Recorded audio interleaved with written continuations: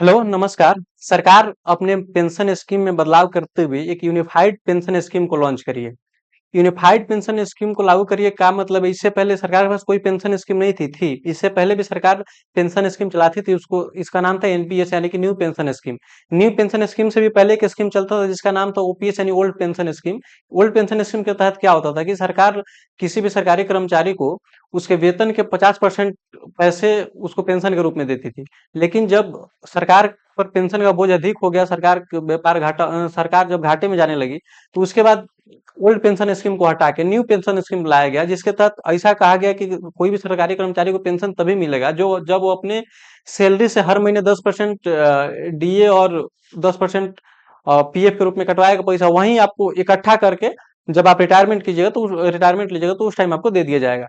लेकिन इस सरकार के इस डिसीजन को लेके बहुत बड़ा मात्रा में विरोध हुआ, कई सालों से विरोध हो रहा था। तब जाके अभी सरकार द्वारा एक फैसला लिया गया और उसमें यूनाइटेड पेंशन स्कीम को लॉन्च किया गया है। तो आइए समझते हैं क्या है यूनाइटेड पेंशन स्कीम। देखिए, सबसे पहले ये जो यूनियन मिनिस्टर है अश्विनी वैष्णव, इन्होंने ये बात कही है कि यूनाइटेड पेंशन स्कीम में क्या क्या होने वाला है। तो इसमें देख लीजिए, पहले ओल्ड पेंशन स्कीम और न्यू पेंशन स्कीम के बारे में है, ये तो दिख नहीं रहा होगा, इसको हमने लिख रखा है यहाँ पे। आइए समझते हैं इसको। पुरानी पेंशन स्कीम क्या था? इसमें इसमें था कि आप रिटायरमेंट के समय कर्मचारी के वेतन की आधी राशि, यानी कि अगर आपका सैलरी 1 लाख है तो आपको रिटायरमेंट के टाइम से आपको 50,000 रुपए पेंशन के रूप में दिया जाएगा, यानी आधी राशि दी जाती थी। उसके अलावा इसमें क्या था कि जनरल प्रोविडेंट फंड यानी कि जीपीएफ का प्रावधान भी था। उसके बाद ओपीएस में 20 लाख रुपए तक की ग्रेच्युइटी भी थी, मिलती थी। उसके अलावा आपको ये 20 लाख रुपए तक ग्रेच्युइटी की रकम मिलती थी, यानी कि आपको रिटायरमेंट का टाइम टाइम 20 लाख रुपए दिया जाता था आपको। उसके बाद देखिए, ओपीएस में ओपीएस में ओल्ड ओल्ड पेंशन स्कीम में पेमेंट सरकार की ट्रेजरी माध्यम से होता था। ये सब जो भी बातें हैं, ये सब ओल्ड पेंशन स्कीम में थी। ओल्ड पेंशन स्कीम में रिटायर्ड कर्मचारी की मृत्यु होने पर उसके परिजनों को पेंशन की राशि मिलती थी। पहले भी ऐसे था कि अगर ओल्ड पेंशन में भी ऐसा था कि अगर मान लीजिए कि जिसको पेंशन लेना है, वो उसकी मृत्यु हो जाती है, तो उसके परिवारजनों को उस पेंशन की राशि दी जाती थी। उसके अलावा और क्या था इसमें, ओपीएस में पेंशन के लिए कर्मचारी के वेतन से कई कोई पैसा नहीं कटता था, यानी कि इसमें आपको वेतन से कोई पैसा नहीं काटा काटा जाता था। लेकिन आपको न्यू पेंशन स्कीम जो है, इसमें से आपके वेतन से पैसा कटता है। उसके बाद देख लीजिए, ओपीएस में 6 महीने के बाद महीने के बाद मिलने वाले डीए का प्रावधान है। इसमें डियरनेस अलाउंस भी मिलता है 6 महीने के बाद। लेकिन ये नई पेंशन स्कीम जब आई थी, नई पेंशन स्कीम ये कब आई थी? ये आई थी 2004 में। 2004 में नई पेंशन स्कीम लागू की गई थी। उसके इसको पुराने पेंशन स्कीम को हटा के नई पेंशन स्कीम लागू की गई थी। उसमें क्या बताया गया था कि एनपीएस में कर्मचारी की बेसिक सैलरी डीए का 10% फीसदी हिस्सा कटता है। इसमें क्या करेगा कि आपकी जो भी सैलरी थी उसे 10% हिस्सा काट के जमा किया जाता था, वहीं आपको आखिरी में मिल जाता था। वहीं आपको आखिरी में मिल जाता था। लेकिन एनपीएस शेयर मार्केट के ऊपर बेस्ड था, इसलिए यह पूरी तरह से सुरक्षित भी नहीं था। यहाँ टैक्स का भी प्रावधान था, यानी कि यहाँ आपको टैक्स भी देना पड़ता था। उसके अलावा एनपीएस में रिटायरमेंट पर पेंशन पाने के लिए एनपीएस फंड का 40% निवेश करना होता था। यानी कि आपको अगर रिटायरमेंट के टाइम अगर आपको मान लीजिए कि 1 लाख रुपए मिलता है, तो आपको 40% यानी कि 40,000 रुपये आपको निवेश करना पड़ता था। इसलिए शेयर मार्केट पर इन्वेस्ट था। उसके अलावा एनपीएस में रिटायरमेंट के बाद निश्चित पेंशन की गारंटी भी नहीं होती थी कि आपको पेंशन मिलेगी भी कि नहीं मिलेगी। उसके और देखिए, एनपीएस में 6 महीने के बाद मिलने वाले डीए का प्रावधान नहीं था, यानी कि 6 महीने के बाद भी आपको डीआरएस अलाउंस नहीं मिलता था। लेकिन ये तो था पुराने स्कीम और नई पेंशन स्कीम। लेकिन ये जो देखिए, पुराने पेंशन स्कीम 2004 में खत्म हो गया था।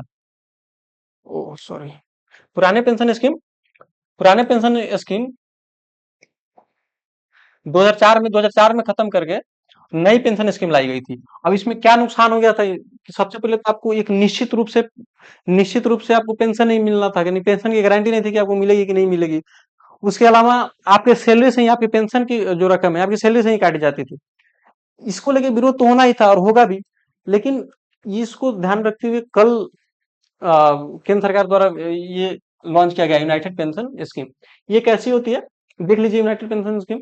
इसमें यूपीएस में पेंशन का बोझ कर्मचारी पर नहीं पड़ता, यानी कि इसमें जो पेंशन दिया जाएगा वो आपके ऊपर इसका बोझ नहीं पड़ेगा, सरकार खुद अपने पैसे देंगी पेंशन के रूप में। जैसे कि न्यू पेंशन स्कीम में क्या था कि आपको आपके सैलरी से 10% काटी जाती थी और पीएफ से भी काटी जाती थी, तो इसमें ऐसा नहीं है। उसके बाद यूपीएस में क्या करना है, पेंशन मिलेगा कैसे, इसका क्या प्रावधान है, तो आपके जो 12 महीने की एवरेज पेमेंट होगी, एवरेज एवरेज सैलरी निकाली जाएगी, उसके 50% हिस्से को आपको पेंशन के रूप में दिया जाएगा।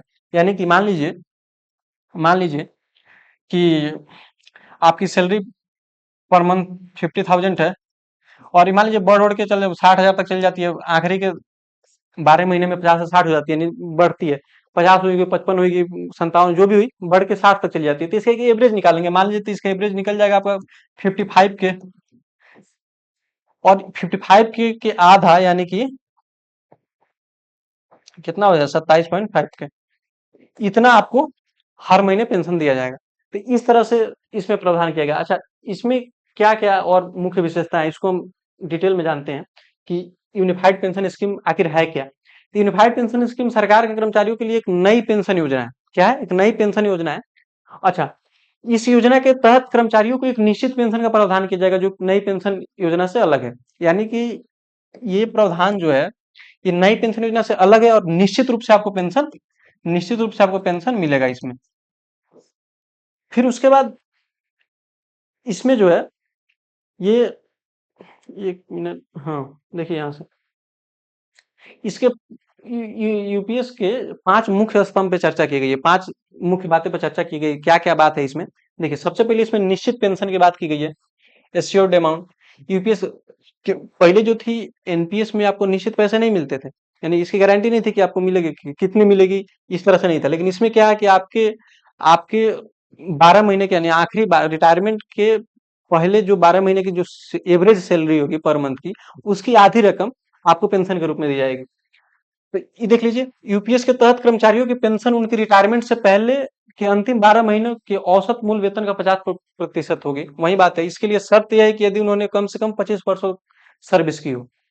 हाँ, लेकिन इसके लिए ऐसा नहीं है कि आप 5 साल 6 साल सर्विस कर लिया और उसके बाद कहिए कि नहीं हमको आप पेंशन दीजिए, तो ऐसा नहीं है, आपको कम से कम 25 साल तक सर्विस करनी होगी।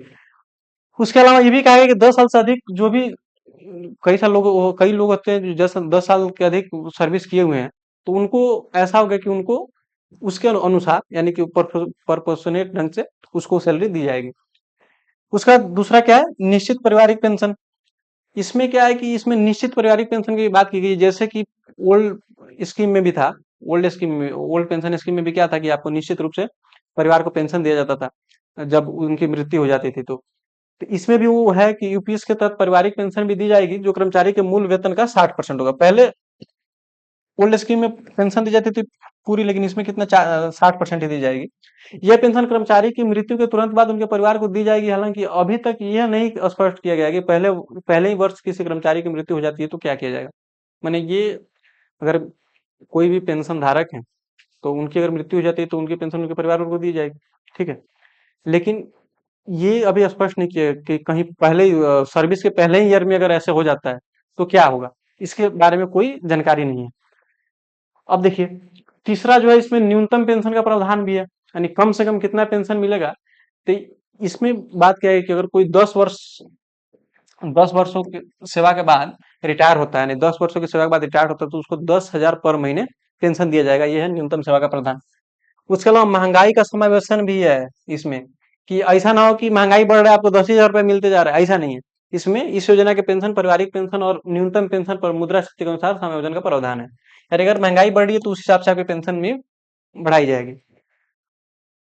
ग्रेच्युटी में क्या है, इसमें क्या, यूपीएस के तहत रिटायरमेंट के समय एक मुश्त भुगतान किया जाएगा, जो कर्मचारी के अंतिम वेतन, मूल वेतन प्लस महंगाई भत्ता का एक 1/10वां हिस्सा होगा। यह भुगतान हर 6 महीने की सेवा के लिए होगा, और यह पेंशन की राशि को कम नहीं करेगा। यानी कि आपको एक एक मुश्त राशि दी जाएगी। जैसे कि ओल्ड पेंशन में आपको 20 लाख रुपए दिया जाता था, 20 लाख रुपए दिया जाता था एक साथ रिटायरमेंट के टाइम। नई पेंशन स्कीम में भी आपको एक एक बार में कुछ पैसा दिया जाएगा, जो आपके पेंशन से नहीं कटेगा, जो आपके सैलरी से नहीं कटेगा, ये सरकार अपने तरफ से देगी। उसमें क्या होगा, आपका मूल वेतन और महंगाई भत्ता, एक बटा 10वां हिस्सा दिया जाएगा। अगर आपको मूल वेतन और महंगाई भत्ता कुल मिला के अगर 10 लाख होते हैं तो 1/10वां यानी 1 लाख रुपए, 1 लाख रुपए आपको दिया जाएगा ग्रेच्युटी के रूप में। यह भुगतान हर 6 महीने की सेवा के लिए होगा और यह पेंशन की राशि को कम नहीं करेगा। ये पेंशन की राशि के लिए भी कम नहीं करेगा।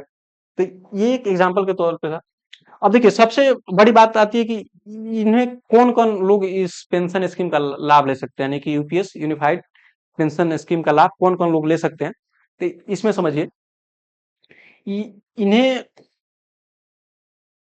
ये पूर्णतः उन लोगों पर डिपेंड करता है जो पेंशन लेना चाहते हैं, यानी कि टोटली ये कर्मचारी पे डिपेंड करता है कि वो एनपीएस में रहना चाहते हैं या फिर यूपीएस में रहना चाहते हैं। अगर एनपीएस में रहना चाहते हैं तो एनपीएस में रहिए, ये सरकार द्वारा सीधे तौर पे कहा गया है कि एनपीएस में रहिए फिर यूपीएस में रहिए, ये आपके ऊपर निर्भर करता है। उसके बाद ये योजना उन सभी पर भी लागू होगी जो 2004 के बाद एनपीएस के तहत रिटायर हो चुके हैं। यानी कि देखिए एनपीएस एनपीएस लागू हुआ था 2004 में। तो ये पेंशन जो योजना है 2004 के बाद जो लोग रिटायर हुए हैं उन पर भी लागू हो गया, यानी उन्हें भी यूपीएस यानी कि यूनिफाइड पेंशन स्कीम का लाभ मिल सकेगा।